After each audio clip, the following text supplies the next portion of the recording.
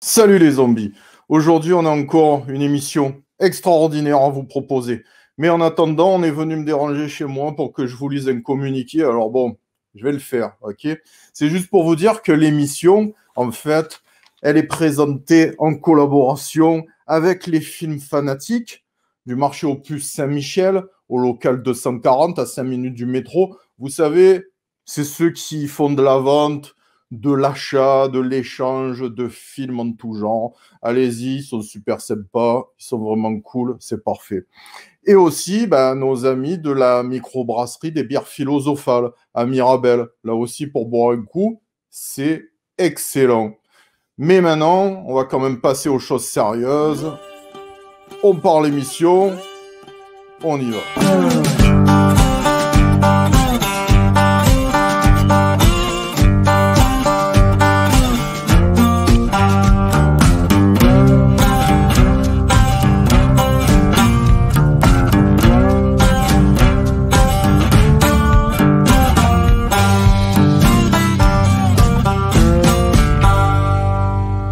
Salut tout le monde et bienvenue à cette autre édition de Sur la route de l'horreur, le podcast qui en fait a commencé en étant un show de télévision, en fait qui s'en vient, un show de télévision en septembre. Hey, c'est compliqué mon introduction aujourd'hui. Comment ça va les boys? Ça va? Ça va très bien ici. Yeah. On a eu une belle fin de semaine. Je ne veux pas trop embarquer là-dedans, mais on a eu du fun. Effectivement, je vais en parler dans 2 petites minutes. Cette semaine, en fait, avant de parler puis de faire notre petit tour de table horrifique, notre invité de la semaine, c'est John Fallon. John Fallon, qui est un producer, scénariste, acteur, qui est le fondateur de Arrow in the Head, qui fait partie de Joe Blow. Donc, je suis sûr que tout le monde connaît ce fantastique site Internet. Donc, dans à peu près 10 minutes, il va se joindre à nous. Mais d'ici là, c'est le temps du tour de table horrifique. Salut les zombies! Bienvenue au tour de table horrifique!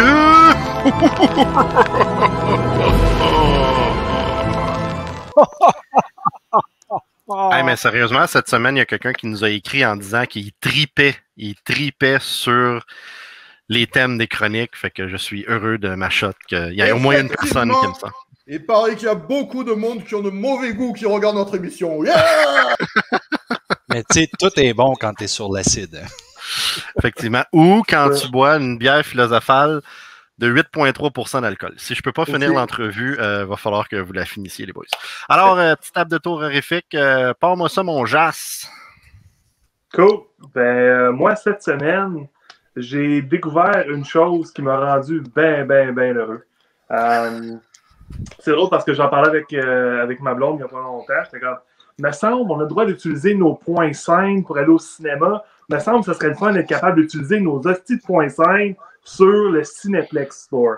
Eh bien, imaginez-vous donc que c'est possible. Hier, j'ai décidé que je faisais une petite recherche. Je me suis ramassé sur le Cineplex Store. Je suis allé voir, j'ai pratiquement 4000 points en banque. Évidemment, avec la COVID, tout ça, c'est des points qui se sont accumulés parce que ça fait pratiquement 1 an que je n'ai pas été au cinéma. En fait, c'est pas vrai, j'avais été voir Godzilla versus King Kong, mais je n'avais pas utilisé mes points à ce moment-là.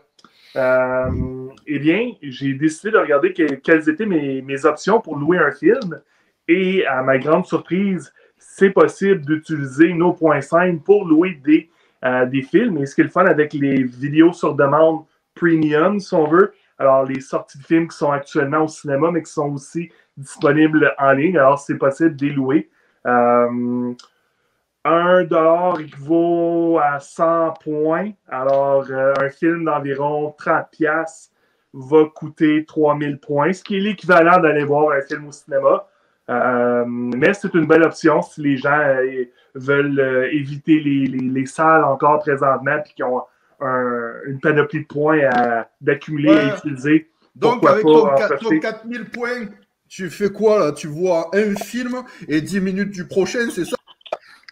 Exact. Mais ce qui est le fun aussi, c'est qu'il y a des locations à 5,99 ou à 6.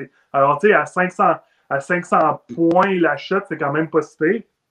Aujourd'hui, j'ai écouté Conjuring 3, ça m'a coûté 3000 points. Et ça n'a pas valu la peine. Alors, je suis très déçu. Mais je préfère payer en points qu'en dollars. Alors, je suis bien content de ce côté-là. Good. Puis Martin, toi? Moi, j'ai besoin de parler de quelque chose qui me tient vraiment à cœur parce que c'est... Maniwaki. Non. La fille? J'adore Maniwaki. Avec le Vidéotron de Gatineau, non? Eh oui. Steve, tu le connais par cœur, mais vous vivez ensemble, c'est pas possible. C'est lui qui va écrire ma biographie. Ce que je voulais dire, c'est que on a passé une belle fin de semaine sans entrer dans les détails. Puis ça me fait réaliser à quel point que on est chanceux. On est chanceux d'avoir une aussi belle communauté d'horreur au Québec. Vous savez, depuis qu'on a commencé à faire le podcast, qu'on a commencé à promouvoir Sur la route de l'horreur, j'ai commencé à voir beaucoup de gens dans la communauté d'horreur du Québec qui m'ont écrit, qui me laissent des commentaires, qui m'approchent pour n'importe quel sujet qui est sur l'horreur. Je pense entre autres à Richard Nadeau, qui a partagé sa passion avec nous autres, Donald Plante, qui travaille sur Horreur Québec, qui m'écrit des fois pour me donner des suggestions de films d'horreur complètement exécrables. Et je veux comme les saluer parce que grâce à vous, j'ai réussi à connaître plein de choses, à en apprendre, puis vous partagez des choses sur tous les sites qui existent sur Facebook qui me nourrit d'heures, puis je trouve ça le fun, je trouve ça intéressant, puis on est tête de même en plus. N'oublie pas un truc, c'est que ce qu'on fait là, c'est aussi pour eux. Hein? C'est vrai, bon point. Oui, hey. Bon point. Pour une fois que tu dis quelque chose qui a du sens. C'est juste parce qu'avant le début du show, il a dit à notre invité, 2 fois je dis des choses intelligentes, puis il fallait qu'il plug une affaire pour s'auto... Ouais, pour se démontrer. Au moins une. C'est ça, au moins une. Ouais, merci les gars. Attendez, j'ai un truc pour vous, il est là. Pour ceux qui ne sont pas au courant, il nous a fait un doigt d'honneur. Effectivement. Moi, de mon côté, écoute, on a tourné la première épisode de Sur la route de l'horreur la fin de semaine passée à Québec. Ça a été vraiment, vraiment le fun. Il y a plein de monde qui m'ont envoyé des messages en disant « Puis votre journée de tournage », parce que j'en ai parlé la semaine passée au podcast. Puis sincèrement, on a rencontré 3 fans qui ont des collections vraiment intéressantes. Puis ensuite, on a été sur un plateau de tournage. Puis le soir, on a fait, je veux pas en dire trop, on a fait une expérience dans la ville de Québec. C'était vraiment le fun. Ça m'a vraiment donné le goût de continuer à shooter. Malheureusement, on peut pas juste faire ça, mais ça augure bien pour le show et les prochains tournages. Et durant notre première journée de tournage, juste avant de commencer la première entrevue, tout le monde dit oublie pas, faut fermer nos téléphones. Fait que là, je prends mon téléphone dans ma poche, puis j'ai comme plein de messages, mais qu'est-ce qui se passe? Et là, j'apprends que Scream Factory, Shout Factory ont annoncé la sortie du documentaire qu'on a fait sur Evil Dead, Hell to the Deadites. Je savais que ça s'en venait. Je savais pas la date. Encore qui le plug, celui-là.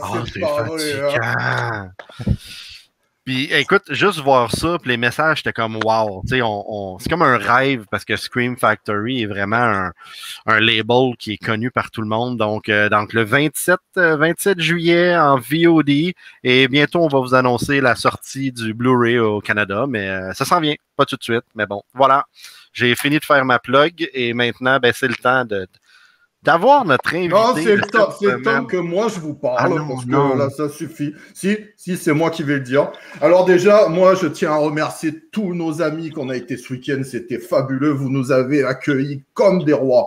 Et puis, moi, mon arrivée du jour, c'est un truc incroyable, mais totalement incroyable. Si vous ne connaissez pas cet univers, allez-y, jetez-vous dedans. On peut avoir certaines réticences vu le sujet, mais c'est totalement incroyable. C'est un pavé, c'est une Bible. Alors, c'est pour ceux qui savent lire, hein, exactement, pas comme mes amis. Mais je vous présente le truc, c'est Horror Porn. Et c'est totalement fou. Une vraie Bible. Alors, je vous ai caché un peu les trucs parce que c'est dans le titre, porn, ok, forcément. Je vais pas vous l'ouvrir non plus, mais voilà le pavé, une véritable Bible. C'est hallucinant. Damien Granger, un Français qui nous l'a fait, là. Putain, c'est... Oh! malade. Voilà, c'est tout ce que j'avais à dire pour aujourd'hui. Non, mais voilà, Oui. ben, Exemplar, fais-nous entrer notre invité John Fallon, qu'on parle de lui pendant la prochaine heure. Salut, John! Allô, ça va? Comment? Ben oui, Salut, comment boy. ça va? Ben, on me dit que les Canadiens, ça sent la coupe. Puis bien sûr, ils attendent que je fous le camp du pays pour que ça sente la coupe. C'est vrai, t'es C'est un vrai, t'es gros un fan, boy. toi aussi. Hein? Ah ouais? Ah là, je l'ai fait, attends, je l'ai. C'est Oh, ça. le tatouage du CH. Nice. Ouais. Écoute, John, premièrement, je suis sûr qu'il y a beaucoup de gens qui sont surpris parce que même Martin était surpris que tu parles français. Il y a beaucoup de gens qui ne le savent pas. Mais comme tu disais, tu as été élevé par des Québécois et tu connais tous les mauvais mots qu'on a dans notre superbe langue. Ouais. Donc, c'est vraiment le fun que tu viennes sur le podcast en direct de la Californie. T'es-tu à Los Angeles ou où est-ce que tu es exactement? Ouais, j'étais à Los Angeles. Tu es à Los Angeles. Puis ça fait combien de temps que tu es là, en fait, que tu nous as quittés? À peu près 3 semaines. Oh, juste ça. T'es un petit nouveau, là. Ouais, T'es même pas bronzé encore. Pas encore. Je le travaille. Écoute, je veux qu'on jase de plein de choses sur ta carrière puis tout. Les films, je sais que t'es producteur, scénariste, t'es acteur, t'as fait plein de choses, mais commençons par le début qui est Arrow in the Head, Joe Blow. Tout le monde connaît ce site web-là. Tu peux-tu nous expliquer comment tout ça a commencé? Parce qu'en fait, ce site web-là est comme pas mal le premier site web de critique vraiment sérieux qui est apparu sur Internet. Là. Sérieux, ouais. Non, mais c'est vrai. Je comparais des films à des blowjobs, là, tu sais. J'étais pas si sérieux que ça, là, mais... C'est pour ça que ça s'appelle Joe Blow. C'est ça, Joe Blowjob, ouais. Non, Aaron the Head, c'est venu totalement de nulle part. Tu sais, j'ai étudié en cinéma pendant 2 ans, j'ai étudié en théâtre pendant 3 ans. J'ai jamais eu une journée de journaliste ou whatever. Là. Mm-hmm. Puis j'étais à ma deuxième, comment on dit en français, semester de théâtre. Mm-hmm. Puis mon ami Burge Garbidian, a.k.a. Joe Blow, Joe Blow, qui a tout le temps été un gars en avance de qu'est-ce qui arrive. Tu sais, c'était vraiment un businessman tops. Il avait commencé son site joeblow.com en 1998, juste pour le fun. Puis en 2000, il me dit écoute, man, tu connais ça, toi, les films d'horreur, Argento, toutes des affaires que moi, je connais pas. Ça te tente-tu de commencer une section pour toi-même sur les films d'horreur? Puis moi, je me dis, OK, pourquoi pas? Ça va garder mon writing fresh pour la scénarisation qui est encore ma passion. Mais j'ai vraiment pas pensé que ça allait aller nulle part. Je pense que ma mère allait lire quelque chose ou whatever. J'ai dit, bon, OK, c'est beau, on va le faire. On va l'appeler Aaron the Head. Puis censure-moi pas, parce que moi, dans ce temps-là, j'étais vraiment un gros fan de Andrew Dice Clay, stand-up, qui je suis sûr serait très populaire aujourd'hui. Et Eddie Murphy, puis Sam Kinison, puis Howard Stern. Ça disait, moi, je voulais parler de films d'horreur, mais avec une slant à être drôle, puis à être un peu politically incorrect, que ça a vraiment changé des années 2000 à 2017. Là. Si je dis pénis, là, ma carrière est finie. Là. Ouais. Ouais. Ben, je t'annonce que ça y est, c'est fini. Ouais. Puis c'est ça. Puis ça a pris environ 3 mois pour vraiment que ça démarre. Puis là que j'ai réalisé, ben tabarnak. J'ai quelque chose sous les mains que je pensais pas que ça allait être quoi que ce soit. Puis ça m'a ouvert beaucoup de portes. Ça m'a fermé beaucoup de portes. Puis ça m'a ouvert beaucoup de portes. Mais tu sais, en 20 ans, j'en ai eu des expériences à cause de ce site-là. Là. Tu peux pas savoir. À ce que je peux voir, par exemple, les portes qui ont été fermées, on s'en calisse un peu. Les portes qui ont été ouvertes sont bien plus belles. Bon, oui puis non. Non, pas nécessairement. Tu sais, qu'est-ce qui est arrivé, c'est que comment on dit en français? Tu es you are what you're known for. Tu es qu'est-ce que tu es connu en temps, tu sais? Ouais. Ça veut dire, moi, le gars avec les 3 ans de théâtre, puis je voulais être dans des films. Il dit, ben, le cave, t'es The Hero, t'es une critique. Tu me prenais pas au sérieux, tu sais. Ça veut dire, personne ne me prenait au sérieux en tant que comédien, mais tout le monde pensait que j'étais à Salim à Salam, la critique, tu sais. Puis moi, c'était frustrant un peu, tu sais, comme ça, j'étais dans Saw 2, par exemple. Ouais. j'étais pas dans Saw 2 parce que j'étais un beau bonhomme puis je suis Marlon Brando. J'étais dans Saw 2 parce que je suis The Arrow puis j'étais le premier à critiquer le premier Saw. Il me l'avait envoyé en VHS. Oh, wow. T'as encore la copie? Ouais. Oh, yeah. Ouais, ça doit valoir quelque chose, ça. Puis, le film est sorti. Puis le opening weekend, ça a blasté. Puis là, le monde à Twisted Pictures, Lionsgate, ils m'appelaient chez nous. Hey, félicitations, merci, comme si j'avais quelque chose à faire avec ça. Mais eux, ils étaient sous l'impression que j'avais quelque chose à faire avec ça. Moi, je dis, ben, c'est pas moi, là, c'est pas ma crise de critique, là, c'est pas moi. Mais eux autres, ils créaient. J'ai dit, OK, cool. Ça veut dire quand Saw 2 est venu, ils ont dit, ben, Chris, on va le mettre dans le film, tabarnak. Puis ça va être un succès. Ils m'ont mis dans le film pour mes 3 lignes. Ça a été un succès. Puis ils m'appellent encore. Hey, John, tabarnak. Wow! OK. Ah. Mais tu dis que ça t'a fermé des portes parce que justement, vu que tu étais un critique, il y a des gens qui voulaient pas t'engager ou te prendre d'un film parce qu'il était quand même. Il va être bias ou quoi que ça. Il fera pas de critique sur notre film, non? Non, c'était plutôt. Ben oui, ça, tu sais. J'ai appris beaucoup en le faisant, tu sais. Tu sais, à un moment donné, tu sais, je chiais sur le film d'un gars. Là, pourquoi il m'engage pas? Tu sais, ça m'a pris un bout. Je suis pas vraiment bright des fois. Ça m'a pris, surtout pas dans ma vingtaine. Là. Dans ma vingtaine, je suis un câble. Mais ça m'a pris un bout à réaliser, hey, John, peut-être que, tu sais, si tu chies sur le film d'un gars, ben, peut-être qu'il va pas t'engager. J'ai commencé à réaliser comment les artistes prenaient les choses très personnellement, très sérieusement. Moi, j'ai été. Là, du coup, tu fais du politically correct alors? Moi? J'ai-tu de l'air politically correct à toi, moi? Ouais. OK. Tu le replaceras tantôt. Ouais, c'est ça. J'ai perdu où j'en étais. Là, le barbu, il m'a sorti de ça. Vas-y. Maudit zomblard de merde. Zomblard! Fait que là, tu as décidé en fait d'arrêter de faire des critiques. T'en fais plus du tout, je vais en 2017 ou 2016, quelque chose en comme 2017, ça. Oui, parce que j'ai réalisé mon premier film, The Shelter, avec Michael Paré. Ouais. Je me suis dit que c'est la direction que je prends avec ma carrière.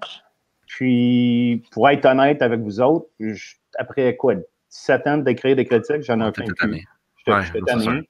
Puis, je voyais le plus que je voulais monter de ce côté-là, je voyais que je continuais de ce côté-là, ça va être un grand conflict of interest, un conflit d'intérêt. Ouais. Donc, c'était vraiment la bonne place pour prendre ma retraite en tant que critique. Puis, c'est ça. Dans le fond, quand on parlait d'ouvrir des portes, je lisais sur Internet des trucs. Ça disait que tu as été juge à Sitges, à Fantasia, à Fantastic Fest. Ça doit être, par exemple, des expériences qui sont vraiment incroyables. Aller à tous ces festivals-là, de rencontrer les mondes, puis juger. Ben, en fait, ça revient que tu juges un film encore. Tu juges c'est qu'est-ce qui va gagner, puis tout. Fait que, tu sais, faire des reviews, c'est difficile parce qu'après, il faut que tu affrontes les gens quand tu fais des reviews. Ouais, ben moi, j'avais pas de problème avec ça. J'avais pas de problème à affronter les gens. Puis moi, je disais tout le temps, tu sais, puis je disais même dans mes critiques dans le temps, je le disais, c'est juste ma crise d'opinion. Puis, la dernière fois que j'ai regardé, elle vaut absolument rien. T'sais, pour moi, j'ai jamais été critiquer des films comme une critique. J'ai critiqué un film comme un fan, mais qui connaît le cinéma. Tu sais, juste parce que tu regardes en dedans du hood d'un char, ça ne veut pas dire que tu es mécanicien. Tu sais. Je ne suis pas un scholar, mais je suis un gars qui est assez drôle. Puis, bien sûr, 17 ans, 18 ans d'écrire, tu apprends à écrire. C'est drôle parce que John, lui, s'il fait une mauvaise critique sur un film, il y a quelqu'un qui n'est pas content, ben John, il s'entraîne, il va lui péter à la gueule s'il n'est pas content. Et voilà. Tantôt, tu parlais de Shelter, je veux qu'on en reparle. Qu'on en reparle bientôt de ça, parce que tu as commencé à faire tes propres films. Tu parlais de Saw 2 aussi. Tu as même, je pense, été dans Alone in the Dark, de qu'est-ce que j'ai vu, c'est un petit rôle. Mais là, à Around the Head, tu es quand même impliqué encore, juste parce que là, je vois que ça a comme évolué. C'est rendu une page YouTube aussi qui a vraiment beaucoup de story, de top 5, de where are they now, etc. Donc là, comment c'est rendu exactement à Around the Head? Là, c'est un peu. Ben, moi, de mon côté, à moi, j'avais quitté pendant un bout en tant que le managing editor. OK. Le gars qui s'en occupe. Puis je suis revenu après une couple d'années. Ça veut dire je suis encore le Wizard of Oz, tu sais, le gars derrière le rideau. Qu'est-ce qui est arrivé pendant la pandémie? C'est une affaire de timing. C'est que YouTube, de notre côté, du côté de JoeBlow.com, le mainstream, là, ça pognait en tabarnak. Ça veut dire, moi, je suis chez nous, dans le bois, à rien faire. Puis Joe Blow, il me demande, écoute, tu utilises tes talents de producteur, puis tout ça, blablabla. Puis on fait des web series. C'est comme j'en ai eu des fictions en début, mais ça n'a pas lasté à cause de la pandémie. Mais tu sais, des shows qui regardent comme des critiques de films ou des dissections de films. Ou on a Horror Hall of Fame, tu sais, où est-ce qu'on prend comme Christopher Lee ou Doug Bradley, puis on fait comme une bio sur eux autres. Ça veut dire, on va le plugger, là. Je sais que le masqué va apparaître, là, parce que je fais une plug, là. Non, moi, je te dis juste bravo. C'est tout. Merci. Vous allez sur YouTube, c'est Joe Blow Horror Videos. Puis ça commence vraiment à pogner. C'est vraiment notre niche, niche de audience. Je ne sais pas comment dire en français. Oh oui. C'est beaucoup les gens qui aiment les films d'horreur des années 80, 90, puis borderline 2000. Plutôt 80-90, c'est vraiment notre core audience. Puis on a des nouveaux shows qui s'en viennent, puis ça clenche bien comme du monde. Puis on a aussi Joe Blow Horror, qui est pour les bandes annonces. Les bandes annonces de films. OK. Cool. Ça suffit de plugger maintenant, OK? Je t'ai laissé faire un peu, là, ça J'en ai fait 2, tabarnak! C'est pas son problème.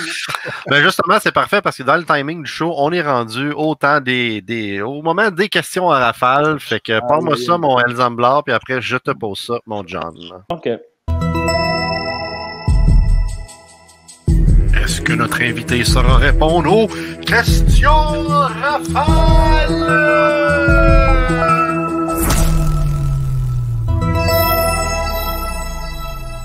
J'avoue que le producteur en toi se dit tabarouette qui sont forts avec leur thème. Hein? Ouais. Alors, écoute, cette petite question, ça va aller très vite que j'ai à te poser aujourd'hui. Okay. Qu'est-ce que tu aimes le plus? Film d'horreur ou film d'action? Wow. Film d'action. Film d'action. Oh, wow, OK. Ouais. C'est quoi ton film d'horreur préféré? Evil Dead. Nice. Je t'ai vu dans un certain documentaire aussi. Ouais. Un petit bon documentaire. Ça sort effectivement. à Scream Factory, ouais. Ouais, effectivement. Et ton film d'action préféré, vu que c'est ton genre préféré? Rambo 2. Rambo 2. Wow, c'est Oh, rare wow. que j'entends ça. Bouh! Si tu aurais le choix de passer une soirée à prendre une bière avec Clint Eastwood ou Jean-Claude Van Damme, tu choisirais qui? J'ai déjà fait Jean-Claude Van Damme, ça veut dire Clint Eastwood. Ah, Wow. ma question vaut pas de la merde, c'est ce qu'il veut dire. T'aurais probablement besoin de tenir la bière à Clint parce qu'il est rendu vieux en tabarouette. Là. Il est vieux, mais il continue à réaliser des Ouais, films. c'est vrai. Et, effectivement. Ouais, c'est incroyable. Il y a quoi, 91, 92, Ouais. je pense? 91. C'est fou. Ben, en plus, c'est le Roger Corman du film d'horreur, nous autres. Je pense que Roger Corman est rendu à 94 ans puis il continue quand même à faire des trucs. Ouais. Prochaine question. Si tu pouvais prendre une machine à voyager dans le temps puis retourner en l'an 2000, qu'est-ce que tu ferais de différent? Je changerais en l'an 2000, ça, c'est pas 1988, qu'est-ce que je ferais de différent? Bon, tu peux dire 99, là, c'est pas grave. Ben, j'allais dire j'allais refaire Hellraiser 4 et Halloween 6, mais je pense pas que ça marche. Je suis d'accord. Qu'est-ce que je ferais? C'est qu'une fois que j'ai réalisé que ma copine elle me trichait dessus, je l'aurais laissé au lieu d'être un cave. Oh! Message lancé ici. Je m'attendais pas à cette réponse. C'est une bonne réponse, par T'es exemple. en amour, tu Ouais. Si je te donne le choix entre ça 2 ou Alone in the Dark, vu que tu as été dans les deux films, tu Ça prends 2. quel film? Ça 2. Aucune hésitation. Non. On parlait de review tantôt. Ta pire expérience suite à une review. Ça t'es-tu déjà arrivé qu'il t'est arrivé quelque chose là, d'un réalisateur, d'un producer, de quelque chose de wow? Victor Salva, c'est un réal qui a fait Clown House, où est-ce qu'il a molesté sa vedette, qui avait comme 11 ans, 12 ans, puis il a fait un vidéotape, puis ça, c'était dans le temps où est-ce que les gens continuaient à travailler quand même. Puis, j'avais dit dans ma critique de Clownhouse que je voulais crisser un shotgun dans le cul puis de faire sauter la cervelle par l'intérieur. Puis, ben, ces avocats, ils n'ont pas aimé ça. Et tu vois, le plus drôle, c'est qu'ils ont repris ton idée puis ils l'ont fait dans I Spit on Your Grave. Ouais. Ah ouais? Ouais, ça Je l'ai dans le remake? Oui, dans le remake. Ok, je l'ai jamais vu, le remake. Et écoute ça, tu vas capoter. Non, okay. Ben, ça faisait ça, c'est une de ses affaires. Je vais même te donner une suite. La suite, c'est que j'étais à San Diego puis j'étais sous comme le crime. Puis je sors avec mes chums. Puis c'est qui que je vois? Victor Salva, tabarnak. Oh boy. Je dis, hey, ça va! Je commence à gueuler. Viens, shit, mon calice, mes amis qui me retiennent. Viens, moi, te crisser ma volée. Écoute,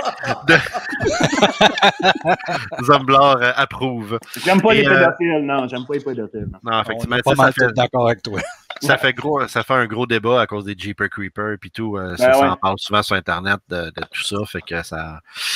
C'est une roue, un cercle, une roue qui tourne, on dirait malheureusement. Écoute, dernière petite question qu'on pose à tous nos invités. Présentement, c'est 4-4. Freddy ou Jason? Ah, c'est une raf. Ah, c'est 4-4 là en plus.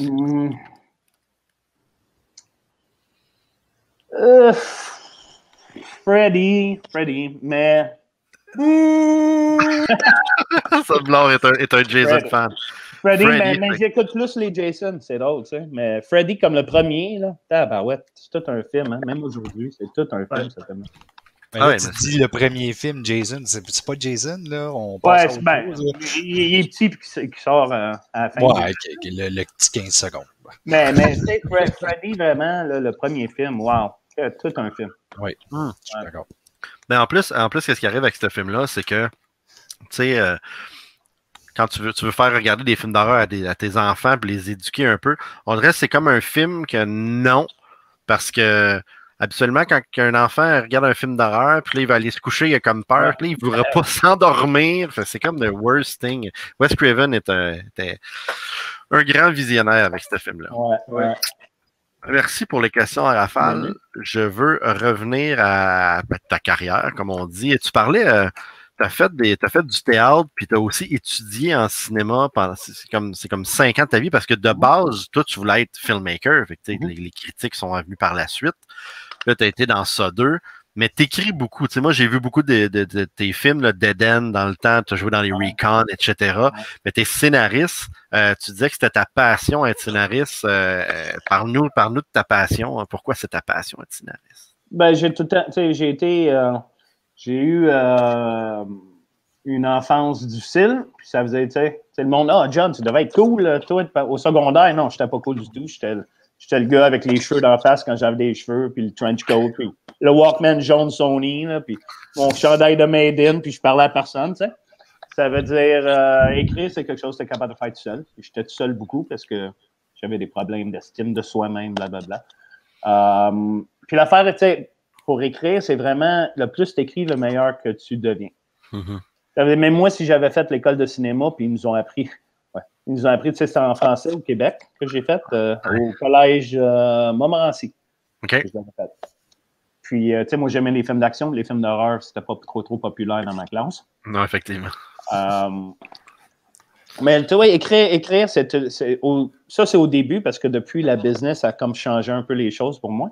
Mais au début, c'était vraiment un processus magique. Tu es comme Dieu. Tu sais, tu crées un monde, tu crées des gens, puis c'est toi qui contrôles ce qui arrive. Puis j'ai tout le temps aimé, surtout dans les débuts, quand j'écrivais beaucoup, qu'à un moment donné, les personnages, ils faisaient des choses que tu t'entendais pas à faire. They would take a life of their own, comme ils prenaient une vie à eux-mêmes. Tu sais. OK.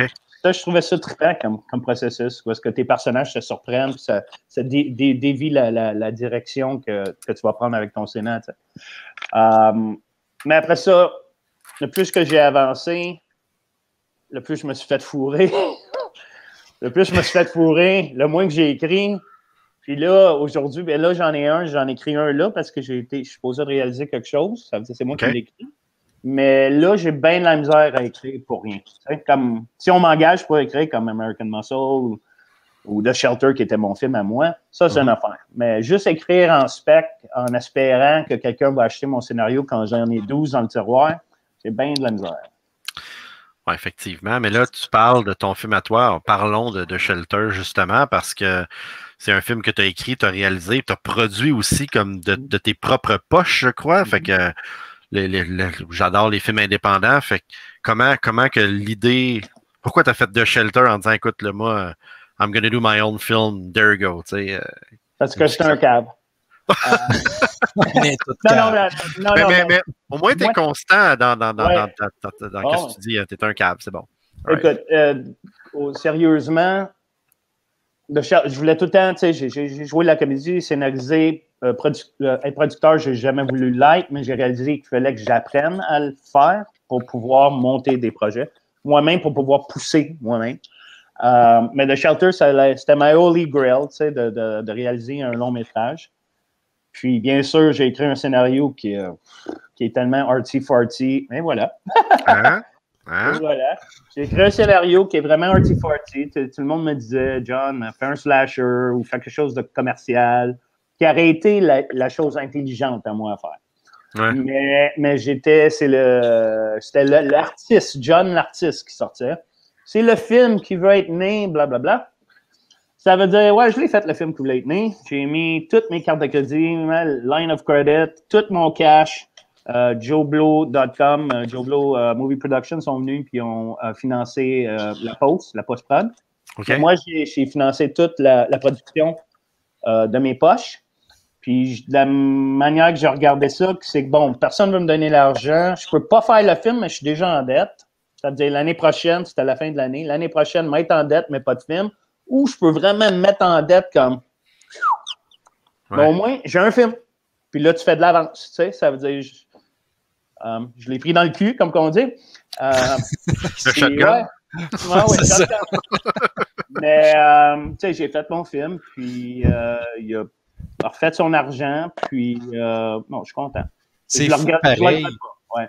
C'est fou pareil comment on a plusieurs réalisateurs qui parlent avec nous, qui disent la même chose, qui se sont endettés. Là. Ouais, mais c'est le premier qui dit qu'il est content de l'avoir dans le cul.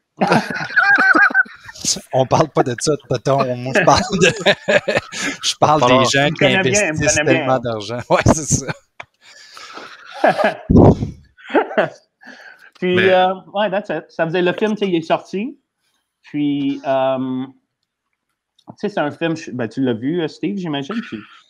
Ben, moi, en fait, est-ce que ça se peut que je l'aille passé au Montreal Horror Fest back in the day? Oui, non. Parce que c'est ça, je l'ai passé au Horror Fest parce que je sais que je l'ai vu, j'ai pas vu cette copie-là.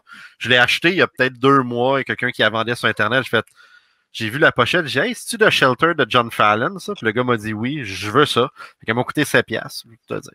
Mais je la voulais dans ma collection parce que j'aime ça avoir des films de gens que je connais. Donc oui, mais ça, je l'ai vu il y a vraiment longtemps, quand il a sorti au Horror Fest. Ouais, c'était quoi le nom de Horror Fest qui faisait partie de Comic-Con? Du Comic-Con, c'était le Montreal Horror Fest qui faisait partie du Comic-Con, en fait. Il me semblait qu'il y avait un autre nom.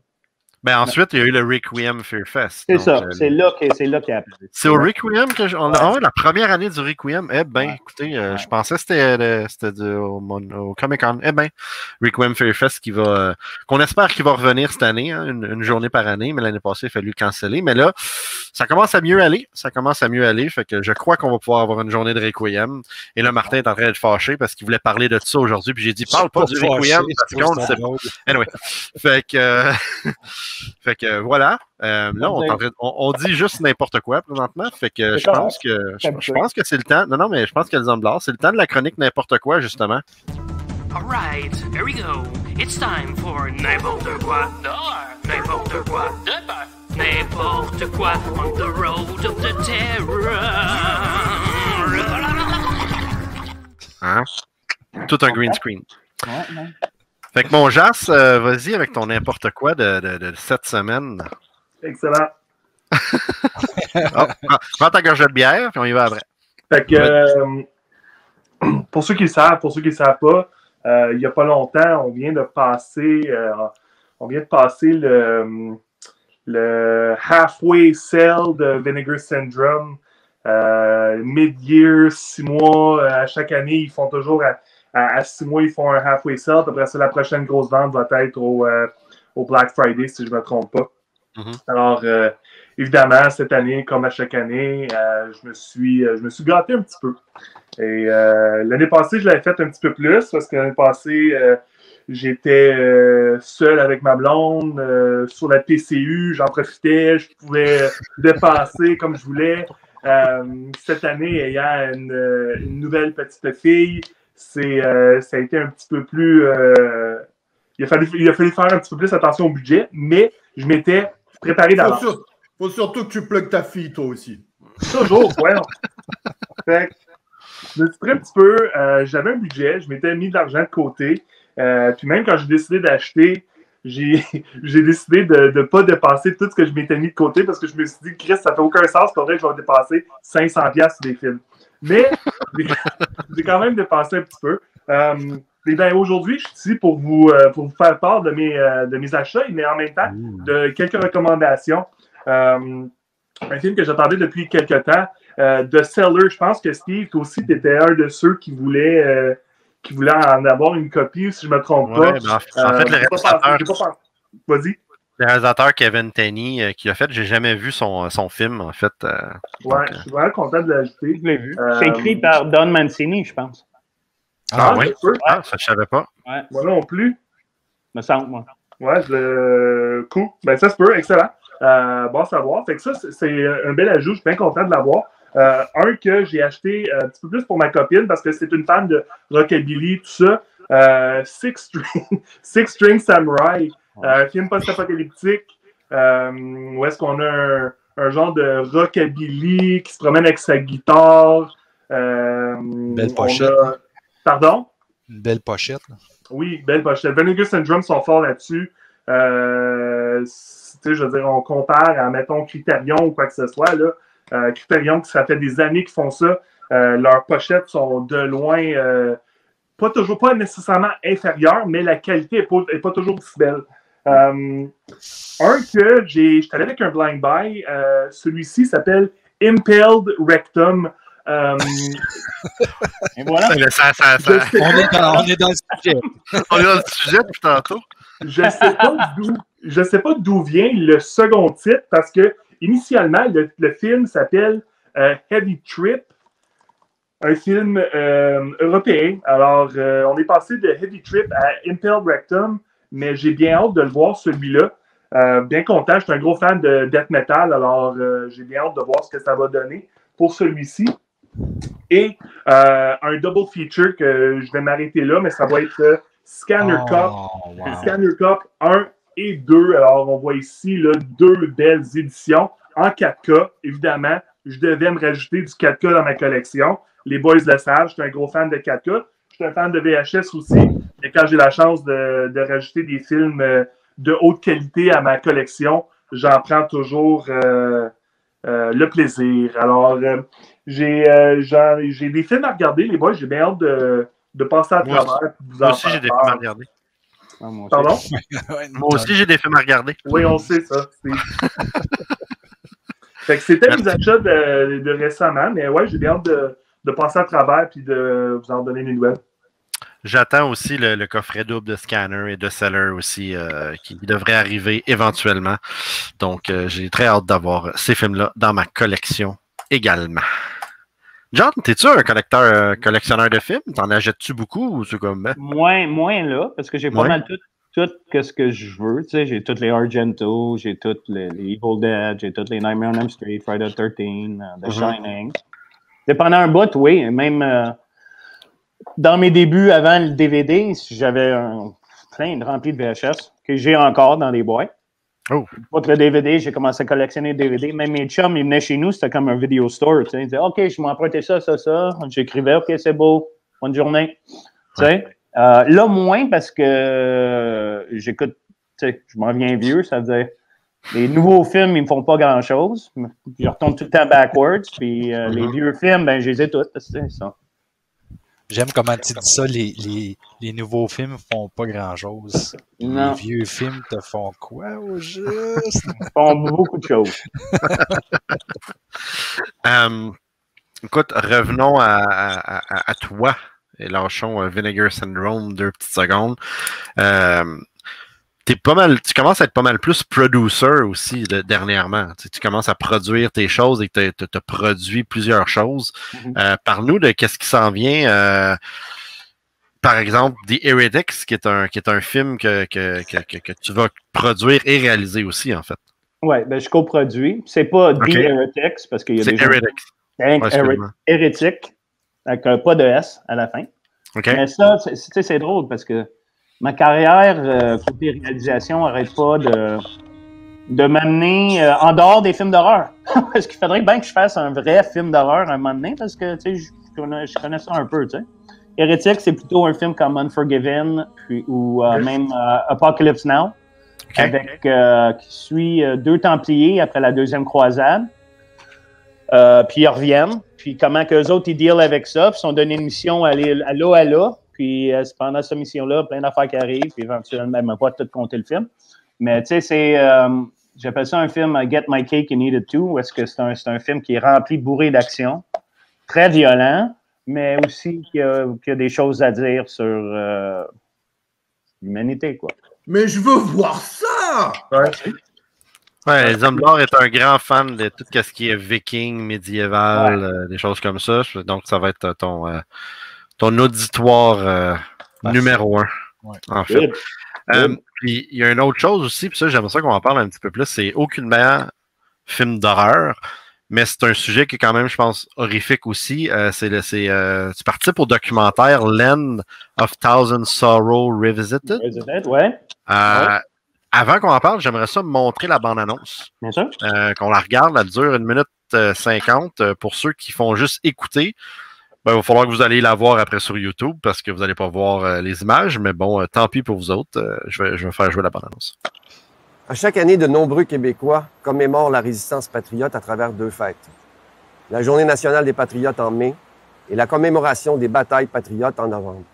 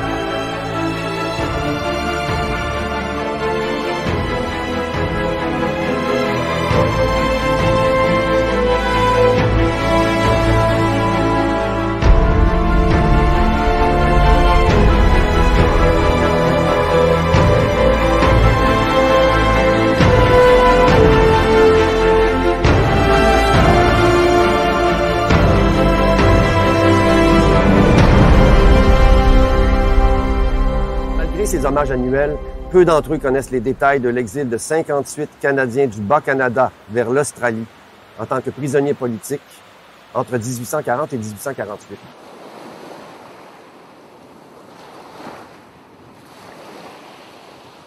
Je suis un gros fan de documentaires. Là, en plus, c'est québécois. Luc Picard, tout le monde a reconnu sa voix ou l'a vu. Peux-tu nous parler du projet? Qu'est-ce que tu fais dans ce projet-là exactement? Puis en fait, c'est quoi? T'sais? Ben, c'est un documentaire, bien sûr, qui connecte les patriotes québécois qui ont été amenés en Australie en 1840, m'excuse, qui sont devenus des esclaves, qui ont aidé à bâtir l'Australie.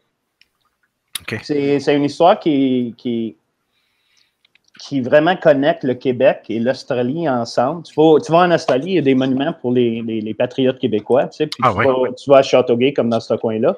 Puis, il y a des monuments, Joseph Marceau là, puis Joseph Marceau en Australie. C'est vraiment une très belle histoire que pas beaucoup de gens connaissent.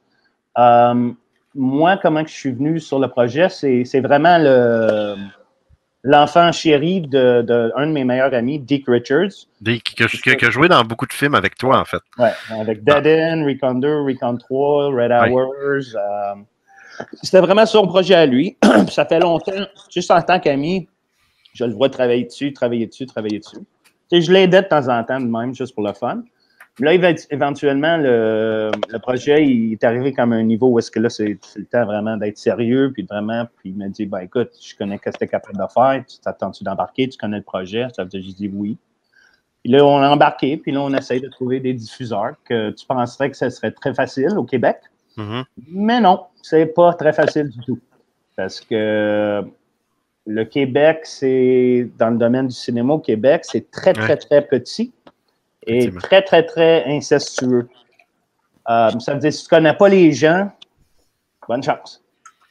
Ça veut dire, c'est là qu'on en est. Moi, j'en suis très fier. Je suis très fier pour mon ami Dick qui a travaillé, comme tu ne peux pas savoir, là-dessus. Ça veut dire...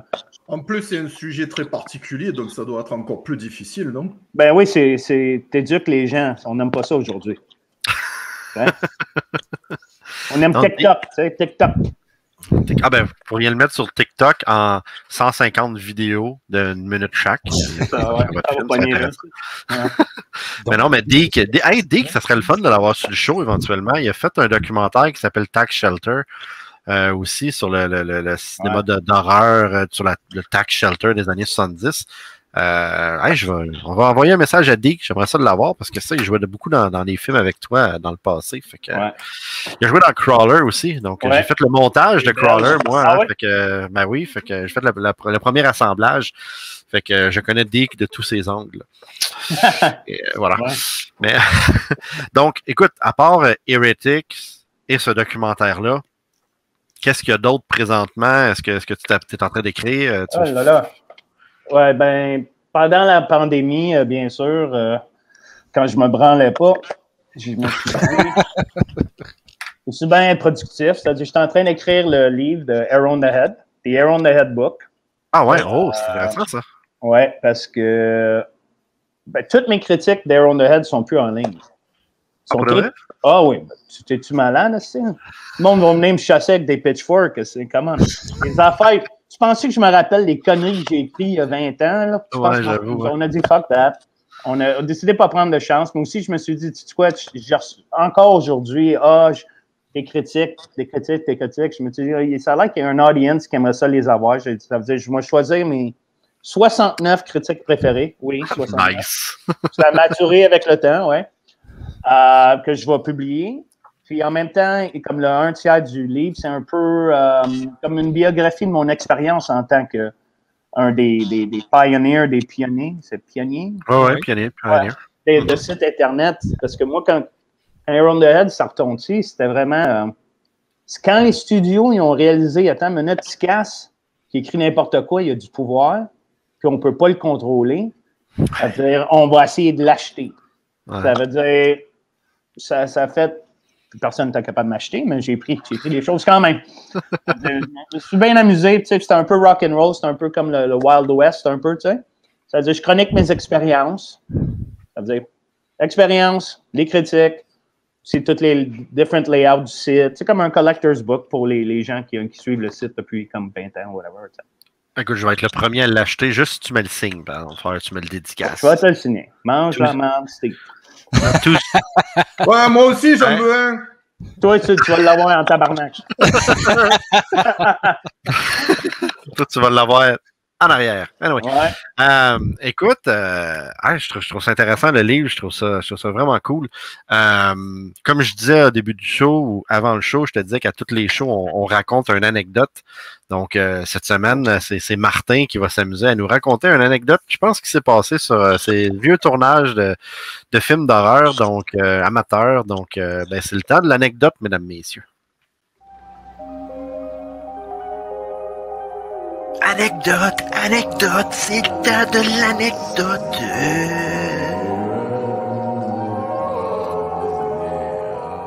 Je suis content de pouvoir parler de l'anecdote aujourd'hui parce que c'est relié à Jasmin. Parce que Jasmin a été avec les productions Actum Imago, qui était ma maison de production à moi, Frédéric, Pascal, Martin Villeneuve, et je peux dire Jasmin, parce que Jasmin était tout le temps là avec nous autres. Et l'anecdote a à voir avec nos films d'horreur qu'on faisait. On faisait un court-métrage à chaque mois parce qu'on participait au kino de Hall, de Gatineau.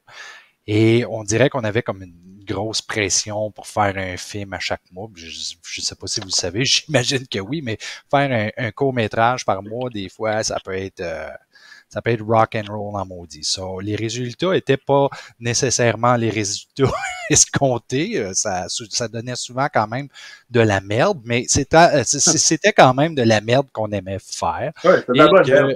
C'est ça, c'est de la bonne merde. Puis on avait du plaisir à le faire. Les gens aimaient ça, qu'est-ce qu'on faisait. Puis c'était souvent comme un party. Mais l'une des choses qu'on faisait le plus souvent, c'était des comédies. Par contre, à un moment donné, on a décidé de commencer à faire un petit peu plus d'horreur. Et quand on fait de l'horreur, souvent, ça implique de mouiller les gens, d'utiliser du gore, de faire saigner partout.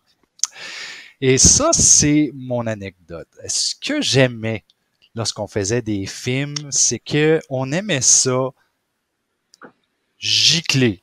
Comme on aimait ça que le sang revole partout. Quand on regarde les images qu'on a ici, que les gens ne peuvent pas voir sur le podcast, vous pouvez aller le voir sur sur le channel de YouTube. On avait de la difficulté après ça parce que je me rappelle, à un moment donné, on avait fait le film Scrapping de Saint Valentine, dans lequel j'ai été enseveli de sang dans le visage jusque dans le gilet. Et le gars, Mathieu Bissonnette-Bigra, qui avait fait le sang, le faux sang, avait mis beaucoup, mais beaucoup trop de colorant.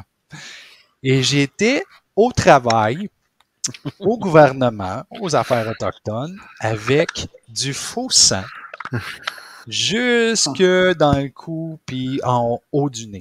Comme vous pouvez le voir ici avec Scrapping de Saint Valentine. So, je me suis promené avec, OK, évidemment, tu sais, le liquide n'était pas là, c'était juste la couleur, mais les gens se demandaient vraiment qu'est-ce qui était arrivé. Puis c'était drôle parce que moi, ce que j'utilisais comme excuse, c'est que j'avais pris un coup de soleil par en haut du menton. Et que ça avait juste poigné ici, puis que j'avais la casquette par-dessus mes yeux pour, tu sais, pas leur dire que c'est parce que j'ai fait un film d'horreur, j'ai été enseveli de sang et c'est coloré depuis tout ce temps-là. Donc, ce que j'aimais des tournages de Actum Imago, c'est qu'on aimait vraiment ça en mettre, mais pas un qu'à peu près. On a une scène dans Death Rally. Toi, Jasmin, t'étais-tu dans Death Rally quand on a fait la scène dans la célébration du mariage? Non, j'ai manqué cette fameuse scène. On a utilisé des litres et des litres de faux sang. Il a fallu qu'on asperge la place au complet pour montrer qu'il y avait vraiment eu un carnage dans la célébration. Et il a fallu qu'on fasse venir des cleaners professionnels pour nettoyer la salle au complet. Malheureusement, encore une fois, il y avait trop de colorant dans le faux sang, donc les murs ont resté ensanglantés. Il a fallu qu'on commande, mais qu'on fasse venir des gens pour peinturer les murs, parce que ça pouvait pas rester là. Il s'agissait d'une salle communautaire dans laquelle il y avait souvent des gens qui jouaient au bingo, donc on sait quel type de personnes était là, et il fallait faire de quoi. Et c'est aussi la même chose qui est arrivée avec Baignoire. Cette fois-ci, Jasmin y était. Dans Baignoire, on a été dans un hôtel qui s'appelait Baignoire. Et c'est une des raisons pourquoi qu'on a décidé d'appeler le film Baignoire, parce que ça fitait. Je veux dire, Baignoire, c'est un bon titre pour un film d'horreur, puis Baignoire, ben l'hôtel, mais coudonc. Nous autres, on les commanditait en même temps. Ils ont été assez généreux pour nous prêté la place pour qu'on puisse filmer. Par contre, Baignoire est un film extrêmement violent et encore une fois, très gore. Ce qu'on n'a pas réalisé, par contre, c'est que nos scènes de sang étaient faites dans des chambres où se trouvaient des maudits tapis. Et quand tu fais des scènes gore sur des tapis, ça coûte cher de machine à tapis.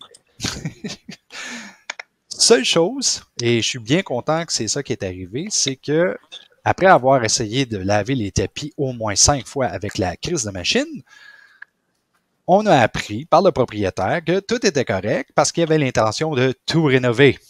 Ah. Donc, notre cœur a continué à rebattre parce qu'on ne se le cachera pas, on était vraiment apeurés de savoir qu'est-ce qui était pour se passer. Ils ont décidé de rénover la place au complet et je n'y ai pas été dernièrement, mais c'est vraiment ça a vraiment été changé depuis ça. Tout ça pour dire que mon anecdote avec Actum Imago, avec Jasmin, avec les gars Fred, Pascal, Martin Villeneuve et toutes les autres qui ont souvent participé avec nous autres, ils savent très bien que quand on fait un film d'horreur avec Actum Imago, ça saigne en crise. En crise, hein? Oh là, c'était trop long ton histoire. En plus, elle était pourrie. Moi, je veux savoir, John, est-ce que tu as des bonnes anecdotes? Toi, je suis sûr que t'en as. Non, j'ai rien qui peut battre le tapis. Une anecdote. Ouais, j'en ai une. OK, cool. OK. Je ne vais pas dire de nom. Mais j'ai fait un film américain en tant que comédien. Puis, j'avais, comment on appelle, un ingrown hair. Comment ça s'appelle en français? Poil incarné. Ça veut dire que j'avais une grosse bosse ici, tu sais. Ouais. J'étais tabarnak, calice, tu sais. Je vois la fille de make-up. Je dis, écoute, ça te tente-tu de me faire un cover-up là-dessus? Aussi faire mon make-up général, tu sais? Elle dit, non, je peux pas. Comment ça, tu peux pas? Je peux pas. Je dis, écoute, j'ai des lignes. Je suis pas un figurant, là, j'ai des lignes. Fais-moi le make-up, tabarnak. Non, je peux pas. Va parler au AD, l'assistant réel. Je vais voir l'assistant réel. Je dis, écoute, man, j'essaie d'avoir du make-up. J'ai une deuxième tête qui me couche ici, là. Aide-moi, tabarnak, ça. Non, on peut pas. Puis là, il me prend de côté. Tu écoute, John, la vedette du film, il veut pas que toi, tu sois better looking que lui. Tu sois plus beau que lui. Ça veut dire, il nous a dit qu'on n'a pas le droit de te faire de make-up. Tu me niaises? Tu me niaises? Monsieur millionnaire, il a peur de moi, le chauve? Come on! Ça veut dire, anyway, j'ai pas eu de make-up. C'est drôle, tu sais, j'ai fait ma scène, puis là, je sors dehors, puis la vedette du film est en train de fumer des cigarettes. Puis John, mon ami! Puis je suis là, mon tabarnak. Et quand je suis allé voir le film au cinéma, là je l'ai vu, l'Ingrown Man, baboum, sur le grand écran. Je dis, ouais, c'est ça, mon gars, c'est ça. Ça aussi, voilà. Je comprends bien, pour savoir dans lequel film qu'on parle, il faut regarder la liste des films que tu as toutes faites pour voir ce moment-là précis. C'est dur à rater, me dire. Hein? C'est comme dans Family Guy, quand Peter, il y a comme un autre Peter qui saute son épaule. C'est ça. C'est comme une tumeur là, qui devient Peter Griffin. Non? OK. Non, je me rappelle les deux. Fait que Martin, ton défi pour la semaine prochaine, tu vas regarder tous les films de la filmographie de John, puis tu vas nous dire de quel film il parlait. That's cool? That's for you, man. Moi aussi, ça va être le néo-nazi dans Death Race que je vais regarder le plus souvent. Ouais, c'est ça, ouais. Écoute, John, merci d'avoir pris du temps pour venir discuter avec nous en direct de Los Angeles, parce que c'est malheureusement tout le temps qu'on a live pour tout le monde. Donc, écoute, vraiment merci. Merci, John. Là, tu m'as convaincu. Je veux être ton ami parce que tu es vraiment top. Merci, mon grand. Ben, écoute, j'aimerais ça remercier aussi, je vais faire mes calls de la semaine. Merci aux bières philosophales qui nous nourrissent toutes les semaines. On vous rappelle aussi qu'on est maintenant sur Patreon. Ben oui, si vous allez sur Patreon, vous pouvez avoir accès au show 2 semaines en avance. On a des extras qu'on met dessus. Et on a aussi un autre petit mini-podcast qui s'appelle Hors route. Tu sais qu'on fait juste discuter d'horreur for fun. Pas d'invité. On se lance des défis. OK, ben je te lance au défi de regarder tel film la semaine prochaine puis nous en parler. C'est juste vraiment le fun, donc on peut mettre ça. YouTube, Facebook, Apple. Je pense que, John, tu sais comment que YouTube, c'est important d'avoir des subscribers, d'avoir des views pour pouvoir faire quelque chose avec ça et que ça ne soit pas juste une plateforme de divertissement, que ça devienne quelque chose d'intéressant. Apple Podcast, Google Podcast, Spotify. John, tu restes avec nous un petit peu après. J'ai 2-3 petites questions, plus de films d'action là, à te poser, parce que je suis un gros fan de Jean-Claude Van Damme aussi. Mais cette semaine, je vais laisser le mot de la fin à Jasmin, en fait, parce que Jasmin a une petite annonce pour nous. Ben oui. Ben, comme vous le savez, ma blonde elle a accouché il n'y a pas longtemps. Et ceci, ben, ce soir était ma dernière épisode avec vous. Je me dois de me retirer un petit peu. Le temps me manque malheureusement, alors je vais me concentrer sur moi et ma famille. J'aimerais remercier Steve, Martin, Elsa Blard de m'avoir invité initialement à faire partie du projet. J'ai vraiment eu du fun. Qui sait, peut-être dans un futur, on aura la chance de retravailler ensemble. Merci encore, John, de ta présence ce soir. Et yes! Merci. Hey, moi, j'en profite en même temps. Non, tu peux. Non, t'es obligé de rester avec nous, là. C'est quoi ce bordel? Qu'est-ce que tu fais? J'accepte pas! Je vais en profiter en même temps pour les gens qui nous écoutent sur YouTube, qui nous écoutent sur Facebook, de dire félicitations à Jasmin, à nous donner vos commentaires sur comment vous avez aimé l'expérience avec lui. Parce que ça a été une belle expérience pour nous autres de participer avec Jasmin. Et, moi, pour ma part, je trouve ça très difficile qu'il quitte, mais je comprends très bien. Je te souhaite bonne chance, Jas. Ouais, ben, on va pas partir sur un truc aussi triste là, parce que non. Sinon, c'est bon, on laisse tomber. Alors moi, je vais vous en raconter une petite dernière pour la route. On est obligé là, hein, c'est obligé. Alors, est-ce que vous savez où il va dormir Dracula quand il va visiter New York? Non? Non. Pas du tout? Vous êtes sûr? Eh ben, il va dormir au Vampire State Building!